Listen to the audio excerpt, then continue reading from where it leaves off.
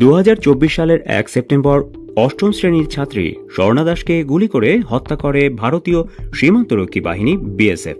শুধু স্বর্ণাই নয়, 2024 সালে সীমান্তে 24 জনকে গুলি করেছে ভারত, যা পৃথিবীর আর কোথাও হয়নি, বলেছেন পররাষ্ট্র উপদেষ্টা তৌহিদ হোসেন। ভারতের এই নজিরবিহীন বর্বরতার মধ্যেই মঙ্গলবার বিএসএফ মহাপরিচালক দালজিৎ সিং চৌধুরীর সাথে বৈঠক করেছেন বিজিবি মহাপরিচালক মেজর জেনারেল মোহাম্মদ আশরাফুজ্জামান সিদ্দিকী। ইসরায়েলের পর ভারত পৃথিবীর একমাত্র দেশ, প্রতিবেশী কোনো দেশের সাথেই যার কোনো সুসম্পর্ক নেই। চীন, পাকিস্তান, মিয়ানমার সহ প্রতিবেশী দেশগুলোর সাথে নিয়মিত যুদ্ধ বাধে ভারতীয় বাহিনীর। এমনকি নেপাল ও ভুটানের সীমান্ত পুলিশের সাথে পর্যন্ত সংঘর্ষ হয়েছে ভারতীয় সীমান্তরক্ষীদের। একমাত্র বাংলাদেশই ছিল ভারতীয় বাহিনীর সকল হতাশা প্রকাশের জায়গা। শেখ হাসিনার নতরজানু পররাষ্ট্রনীতির কারণেই মার খেয়েও মার হজম করে গেছে বাংলাদেশ। কিন্তু ডক্টর ইউনূস দায়িত্ব গ্রহণের পর স্পষ্ট ঘোষণা করেছেন, ভারতের সাথে সম্পর্ক হবে সমান মর্যাদার ভিত্তিতে। প্রতিবেশী নেপাল, ভুটানের অর্থনৈতিক উন্নয়নেরও সহযোগী হওয়ার ঘোষণা করেছেন। তবে সবচেয়ে বেশি আলোড়ন তুলেছে ভারতের 7 সিস্টারের সাথে ডক্টর ইউনূসের বাণিজ্যের ঘোষণা। ভারতের পূর্বাঞ্চল, ভারতের 7 সিস্টারের একই অবস্থা।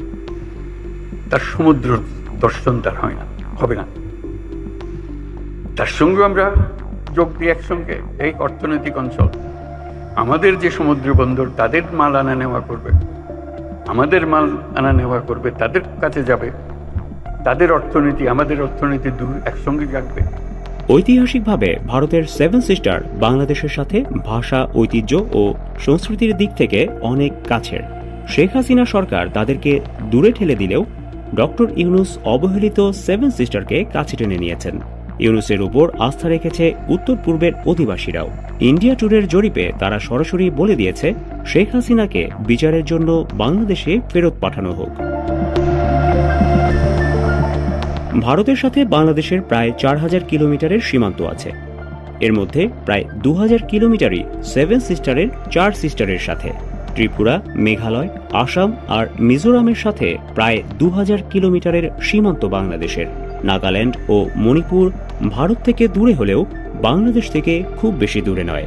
যেটুকু সামান্য দূরত্ব আছে তা ঘুচিয়ে 7 সিস্টারকে কাছে টেনে নিতে বাংলাদেশ প্রস্তুত। বাংলাদেশ ও ডক্টর ইউনূসের প্রতি 7 সিস্টারের মানুষের যে আস্থা, তা উপমহাদেশের রাজনীতির মানচিত্র বদলে দেবে কিনা তা সময়ই বলে দেবে।